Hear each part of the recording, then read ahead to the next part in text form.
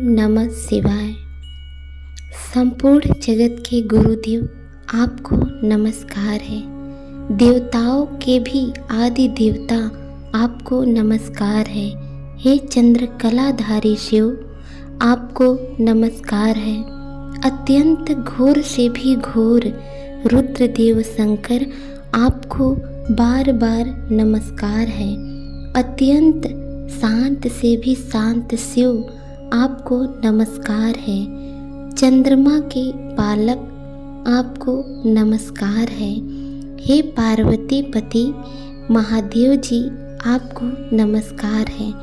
चतुर्मुख आपको नमस्कार है।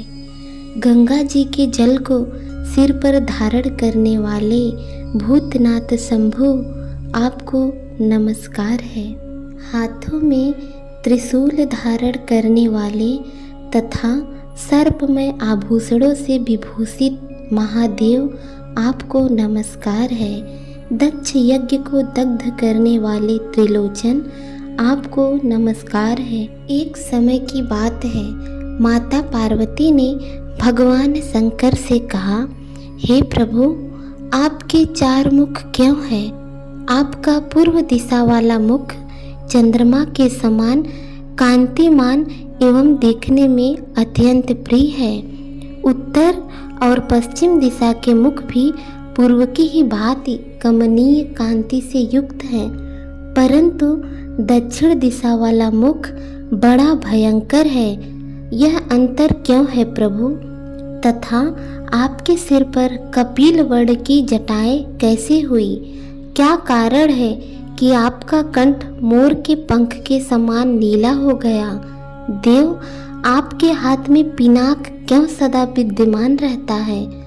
आप किसके लिए नित्य जटाधारी ब्रह्मचारी की वेश में रहते हैं? हे प्रभु, हे वृषध्वज, मेरे इस सारे संशय का समाधान कीजिए, क्योंकि मैं आपकी सहधर्मिणी और भक्त हूँ। गिरिराज कुमारी पार्वती माता के इस प्रकार पूछने पर पिनाकधारी भगवान शिव उनके धैर्य और बुद्धि से बहुत प्रसन्न हुए। तत्पश्चात उन्होंने माता पार्वती से कहा, शुभगे रुचिरानने, जिन हेतुओं से मेरे ये रूप हुए हैं उन्हें मैं तुम्हें बता रहा हूँ। भगवान शिव ने कहा, प्रिय, पूर्व काल में ब्रह्मा जी ने एक सर्वोत्तम नारी की सृष्टि की थी। उन्होंने संपूर्ण रत्नों का तिल तिल भर सारा उद्धृत करके उस शुभ लक्षणा सुंदरी के अंगों का निर्माण किया था, इसलिए वह तिलोत्तमा नाम से प्रसिद्ध हुई। देवी, इस पृथ्वी पर तिलोत्तमा के रूप की कहीं तुलना नहीं थी। वह सुमुखी बाला मुझे लुभाती हुई मेरी परिक्रमा करने के लिए आई। देवी, वह सुंदर दांतों वाली सुंदरी निकट से मेरी परिक्रमा करती हुई जिस दिशा की ओर गई, उस दिशा की ओर मेरा मनोरम मुख प्रकट होता गया। तिलोत्तमा के रूप को देखने की इच्छा से मैं योग बल से चतुर्मूर्ति एवं चतुर्मुख हो गया। इस प्रकार मैंने लोगों को उत्तम योग शक्ति का दर्शन कराया। मैं पूर्व दिशा वाले मुख के द्वारा इंद्र पद का अनुशासन करता हूँ।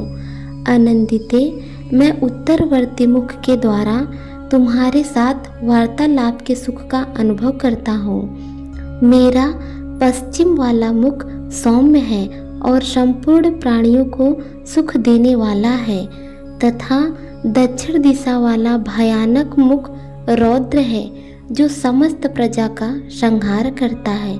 लोगों के हित की कामना से ही मैं जटाधारी ब्रह्मचारी के वेश में रहता हूँ। देवताओं का हित करने के लिए पिनाक सदा मेरे हाथ में रहता है। पूर्व काल में इंद्र ने मेरी श्री प्राप्त करने की इच्छा से मुझ पर वज्र का प्रहार किया था। वह वज्र मेरा कंठ दग्ध करके चला गया। इससे मेरी श्रीकंठ नाम से ख्याति हुई। प्राचीन काल के दूसरे युग की बात है। बलवान देवताओं और असुरों ने मिलकर अमृत की प्राप्ति के लिए महान प्रयास करते हुए चिरकाल तक महासागर का मंथन किया था। नागराज वासुकी की रस्सी से बंधी हुई मंदराचल रूपी मथानी द्वारा जब महासागर मथा जाने लगा, तब उससे संपूर्ण लोकों का विनाश करने वाला विष प्रकट हुआ। उसे देखकर सब देवताओं का मन उदास हो गया। देवी, तब मैंने तीनों लोकों के हित के लिए उस विष को स्वयं पी लिया। सुबह उस विष के ही कारण मेरे कंठ में मोर पंख के समान नीले रंग का चिन्ह बन गया। तभी से मैं नीलकंठ कहा जाने लगा। ये सारी बातें मैंने तुम्हें बता दी, अब और क्या सुनना चाहती हो? तब माता पार्वती ने पूछा, संपूर्ण लोकों को सुख देने वाले नीलकंठ, आपको नमस्कार है। देव देवेश्वर, बहुत से आयुधों के होते हुए भी आप पिनाक को ही किस लिए धारण करना चाहते हैं, यह मुझे बताने की कृपा करें। श्री महेश्वर ने कहा, पवित्र मुस्कान वाली महादेवी, सुनो, मुझे जिस प्रकार धर्मानुकूल शस्त्रों की प्राप्ति हुई है उसे बता रहा हूँ। युगांतर में कण्व नाम से प्रसिद्ध एक महामुनि हो गए हैं। उन्होंने दिव्य तपस्या करनी प्रारंभ की। प्रिय, उसके अनुसार घोर तपस्या करते हुए मुनि के मस्तक पर कालक्रम से बाबी जम गई। वह सब अपने मस्तक पर लिए दिए वे पूर्ववत तपश्चर्या में लगे रहे। मुनि की तपस्या से पूजित हुए ब्रह्मा जी उन्हें वर देने के लिए गए। वर देकर भगवान ब्रह्मा ने वहाँ एक बांस देखा और उसके उपयोग के लिए कुछ विचार किया। भामिनी, उस बांस के द्वारा जगत का उपकार करने के उद्देश्य से कुछ सोचकर ब्रह्मा जी ने उस वेणु को हाथ में ले लिया और उसे धनुष के उपयोग में लगाया। लोक पितामह ब्रह्मा ने भगवान विष्णु की और मेरी शक्ति जानकर उनके और मेरे लिए तत्काल 2 धनुष बनाकर दिए। मेरे धनुष का नाम पिनाक हुआ और श्री हरि के धनुष का नाम सारंग। उस वेणु के अवशेष भाग से एक तीसरा धनुष बनाया गया जिसका नाम गांडीव हुआ। गांडीव धनुष सोम को देकर ब्रह्मा जी फिर अपने लोक को चले गए। आनंदिते, शस्त्रों की प्राप्ति का यह सारा वृतांत मैंने तुम्हें कह सुनाया। माता पार्वती ने पूछा, तत्पुरुषों में श्रेष्ठ महादेव, इस जगत में अन्य सब सुंदर वाहनों के होते हुए क्यों वृषभ ही आपका वाहन बना? श्री महेश्वर ने कहा, हे प्रिय, ब्रह्मा जी ने देवताओं के लिए दूध देने वाली सुरभि नामक गाय की सृष्टि की, जो मेघ के समान दूध रूपी जल की वर्षा करने वाली थी। उत्पन्न हुई सुरभि अमृतमय दूध बहाती हुई अनेक रूपों में प्रकट हो गई। एक दिन उसके बछड़े के मुख से निकला हुआ फेन मेरे शरीर पर पड़ गया। इससे मैंने कुपित होकर गौओं को ताप देना आरंभ किया। मेरे रोष से दग्ध हुई गौओं के रंग नाना प्रकार के हो गए।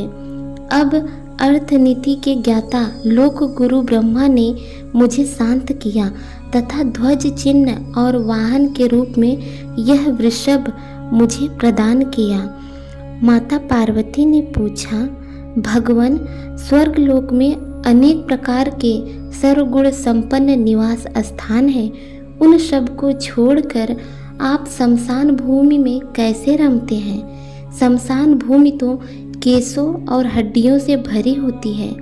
उस भयानक भूमि में मनुष्यों की खोपड़ियाँ और घड़े पड़े रहते हैं। गिद्धों और गिदड़ों की जमातें जुटी रहती हैं। वहाँ सब और चिताएं जला करती हैं। मांस, वसा और रक्त की कीच सी मची रहती है। बिखरी हुई आंतों वाली हड्डियों के ढेर पड़े रहते हैं और शियारिनों की हुआ हुआ की ध्वनि वहाँ गूंजती रहती है।